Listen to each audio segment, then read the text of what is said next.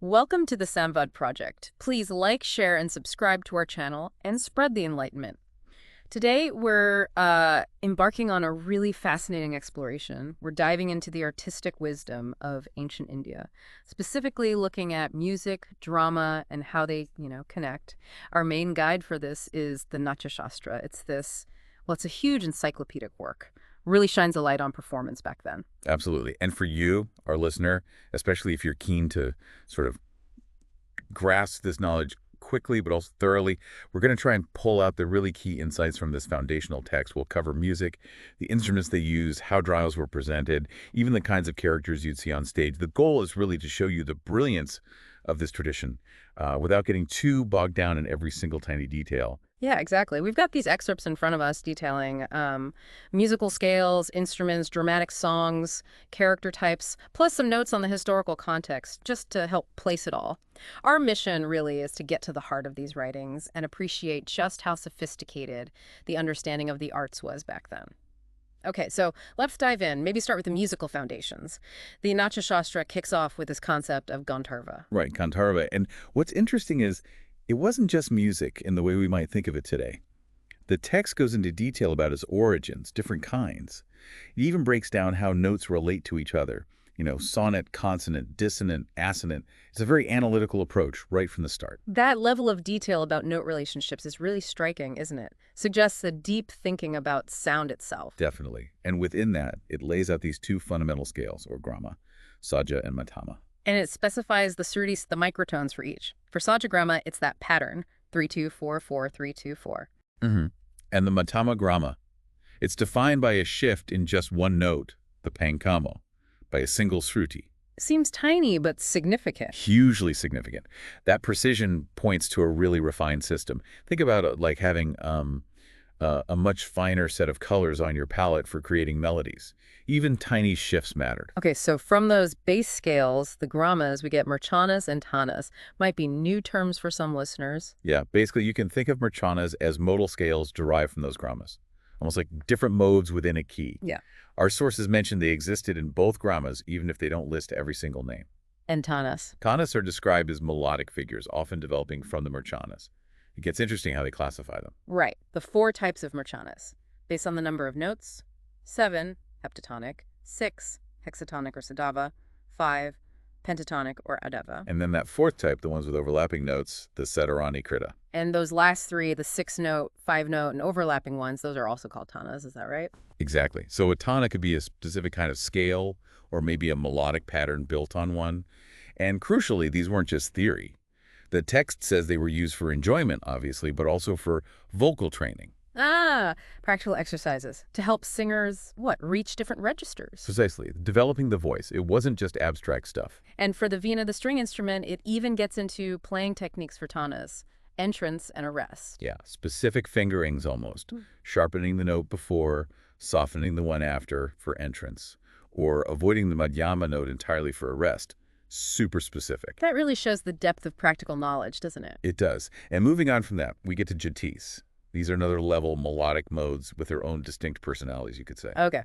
So 7 jatis from sajagrama, 11 from madhyama grama, and even modified ones, suggests it was a living system. A flexible system, yeah. And these jatis, they could also vary in the number of notes, 7, 6, or 5. The text lists some names, like Sajakaisiki, Sajamatya, Gandhari. It's like a catalog of melodic possibilities. Yeah. And this idea of amsas, the important notes within a jati. Right. Like in Sajamatya, apparently all the notes are important. They're all amsas. And apanyasa is like the penultimate note, the cadence point almost. And nyasa is the final resting note. So for Sajamatya, that would be saja or madhyama. It gives each jati a kind of gravitational pull. That's a great way to put it. And a really fascinating bit is how they link these jatis to emotions, to sentiments. Sajamatya, for example, was used for scenes depicting madness. Wow. So the music itself carried emotional weight in the drama. Exactly. Our bits here don't list all the connections, but it clearly shows music wasn't just background noise, it was integral to expressing feeling. Let's talk instruments then. The veena gets a lot of attention. It does. So they talk about 3 kinds of music it could produce. Tattva, anugata, and oga. Okay, break those down. Tattva sounds like the most complete form expressing all the song's elements. Tempo, rhythm, melody, Even the words, the syllables, like an instrumental version of the vocal line. Anugata, following, so accompanying the singer. Seems like it, yeah. Following and supporting the voice. And oga sounds more energetic. Described as abundant in Avida Karanan's maybe complex rhythmic patterns. Fast tempo, possibly less tied to the lyrics, could be more like a virtuosic instrumental piece. Interesting. And the text even details how to physically produce the notes on the veena in Sajagrama. Open holes, shaken fingers. Yeah, the level of technical detail is amazing. Open holes for sa, ma, pa, shaken finger for da, re, partly free for ga. And then there's this concept of overlapping notes, svara sadarana, and the Kathakali notes that come up when ni and sa or ga and ma are close together as real subtlety. Definitely adds color. The flute is mentioned too, isn't it? Yes, and the key thing emphasized is perfecting its notes alongside the veena and the human voice. So the blend was important. Highly praised that unison of voice, veena and flute, suggests a value placed on harmonious blending, precise tuning. Okay, what about percussion, the covered instruments? Well, there's that lovely origin story for drums, the sage Svati listening to raindrops on lotus leaves. A nice touch. Connects art to nature. It does. And drums weren't just rhythm keepers. The text says they produce regular notes, karanas, those rhythmic figures again, and even jadas, the melodic modes. So melodic percussion? Seems like it. Yeah. More complex than we might assume. The mridanga, panava, and dardara are highlighted for plays. As opposed to louder ones like bari and pataha. Right, those were probably for bigger, louder moments, maybe battles or processions. Mridanga and the others were more standard for the drama itself. Any hints on how they were played? Brief mentions, yeah. Panava used regular and free strokes. Dardura used syllabic strokes. Gives a little flavor of the technique. Okay, so this brings us right to how music fits into the drama itself, using those jatis to evoke specific emotions. Yes, that link is crucial. Music wasn't separate. It was woven into the fabric of the performance to create specific feelings in the audience. And then there are the dhruvas. These are described as dramatic songs. Yeah, songs with all the elements, varna, maybe color or movement, alamkara, ornaments, laya tempo, jati, mode, and tala, rhythm. They sound like really core components. The text lists 5 types based on function: pravasiki, akshapiki. Right, pravasiki for entrances, akshapiki for indicating something specific, prasadiki for calming things down, antara for transitions, and naiskramiki for exits. Very structured use of song. And they were tied to character types too. Definitely, like medium tempo songs for middling characters entering, faster, maybe more agitated songs like natkuda for inferior characters coming on. So the music instantly tells you something about the character. It seems so. And those antara dhruvas were specifically used for emotional states, gloom, anger, intoxication. It's a really sophisticated use of music to amplify the drama. And the drumming had to match the song's meter. Yeah, everything integrated, the rhythm section locked in with the melody and the overall structure. Let's dig into that rhythm, the tala. 20 aspects mentioned. That sounds like a lot. It does suggest a very detailed system. The basic idea is measuring time, dividing songs into kalas, or time units. 2 main types of tala are mentioned: Katurasra, based on 4 units, and Triasra, based on 3, plus others like Misra Khanda. So complex rhythms were possible. And kala relates to tempo: quick, medium, slow. Exactly. Medium tempo sets the standard kala. Then you have the Marga Sitra, Furti, Daksina, which define how many matras or instants are in a kala: 3, 6, or 12. It's quite mathematical. A precise framework for time. Very precise. And there's a quick mention of Patakala stroke patterns, maybe, involving things called Sanapada, Samya, Tala, leading to different rhythmic patterns called Kankat Bhutati. It hints at a really complex percussion language. Okay, and ornaments. Alamkaras, 39 of them. Yeah, 39. That really tells you something about the aesthetic, doesn't it? Embellishment, nuance, variation. It was clearly highly valued. Any examples given? A few, yeah. Ascending ones like Humkara, Hasida. Descending ones like Vidhuna, Gatravarna. These would have given musicians so much expressive freedom within the structure. And it even describes the structure of some, like aksiptika, sampradana, noting their time units and note patterns. Yes, the details suggest a really well-defined system of ornamentation. These weren't just random flourishes. They were specific, named techniques. Adds real depth. So shifting gears slightly, the Natya Shastra also gives us some backstory, some history around drama itself. It mentions sages questioning Bharata. Right, Bharata being the traditional author. It sets up this narrative context. And there's that story about his sons. Offending the sages and getting cursed. Adds a bit of drama to the history of drama. It does. And then King Nahusa asking for divine performers, Bharata sending his sons to Earth. It kind of gives the art form this divine origin story, legitimizes it. Establishes its importance. Exactly. And mentioning Kohala as Bharata's successor who would cover the rest. It suggests an ongoing tradition of teaching and writing about dramaturgy. Okay, let's talk characters. The text classifies them, right? Though maybe not heroes in our specific excerpts. Yeah, the hero types, Dhirodata, Dhirata, etc., aren't detailed here, but it does mention that the drumming should suit their movements, so the classification existed. We get more on female characters, though.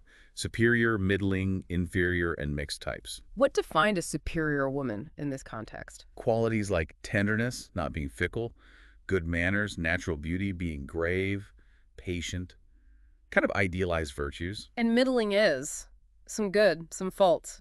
Pretty much. Possessing some of the superior qualities, but not all, maybe with some flaws. Inferior is defined relative to inferior men, suggesting maybe roughness, lack of refinement. And the mixed category. That includes maidservants, hermaphrodites, who are classed as inferior here, and specific character types like Sakara and Visa. It's a very structured way of thinking about roles. It also details roles within the king's harem. Yeah, it distinguishes between highborn wives, Svamini, ordinary wives, focusing on charm, youth, concubines, valued for honesty, errand girls for secrets, and mahatras, older matrons for protection and ceremonies. Gives you a snapshot of that courtly world. And other types, too, like the gate warden, Snatika, and the Kankukias. Right, those attendants of the queens, learned, truthful, detached. It shows a variety of social roles depicted. And how are actors supposed to play these roles? It talks about impersonation types. Yes, 3 kinds.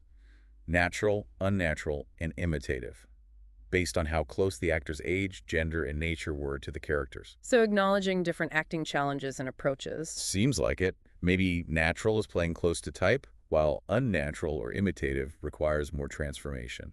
The text also touches on things like speech and language in performance. Definitely. Stresses adapting language based on the character's superior, middling, inferior, and even using regional variations. Adds realism. And costume and makeup, also important. Vital. The producer had to make sure the actors looked the part, matching their appearance to the character's age and status through costume and makeup. It's a total package. A holistic approach. Absolutely. And even the Nadi, that opening benediction. Its origin is linked to the gods being pleased with the performance. Connecting theater directly to divine approval. Sets a sacred, auspicious tone right from the start. Give the performance real weight. Now, the bibliography with our material mentions other texts and scholars, puts the Natya Shastra in context, right? Yeah, it references later works like Sahitarapana, Sanjita Ratnakara, and early Western scholars like Captain Willard, who studied Hindustani music. And it notes that ragas evolved from the earlier Grama ragas later on, around 600 to 1000 AC, with figures like Sarngadeva being important then, helps place the Natya Shastra's system historically. Before the raga system we know today, basically. Right. And it mentions even earlier authorities like Dadal for music and Kohala for drama, suggesting the Natya Shastra itself was building on an existing tradition. So it wasn't created in a vacuum. Not at all. It's part of a long, rich history of thinking about and practicing the arts in India, a really monumental work capturing so much of that. Well, we hope this deep dive into the Natya Shastra has given you, our listener, a useful sort of shortcut into this amazing world of ancient Indian performance. There's just so much there, from the detailed musical theory, the instruments, the dramatic songs, how characters were understood. Yeah, the difference between grammas, what marchanas and tanas were for, the character, the jatis, how instruments were used, the function of dhruvas, all those character types. Yeah. It all points to a really, really sophisticated artistic world. And really, we've only scratched the surface here, haven't we? Absolutely. We definitely encourage you to explore more if this has sparked your interest. Maybe even tackle the Natya Shastra itself. Think about what stood out most to you, maybe what questions you still have. Looking forward to meeting you in our next podcast.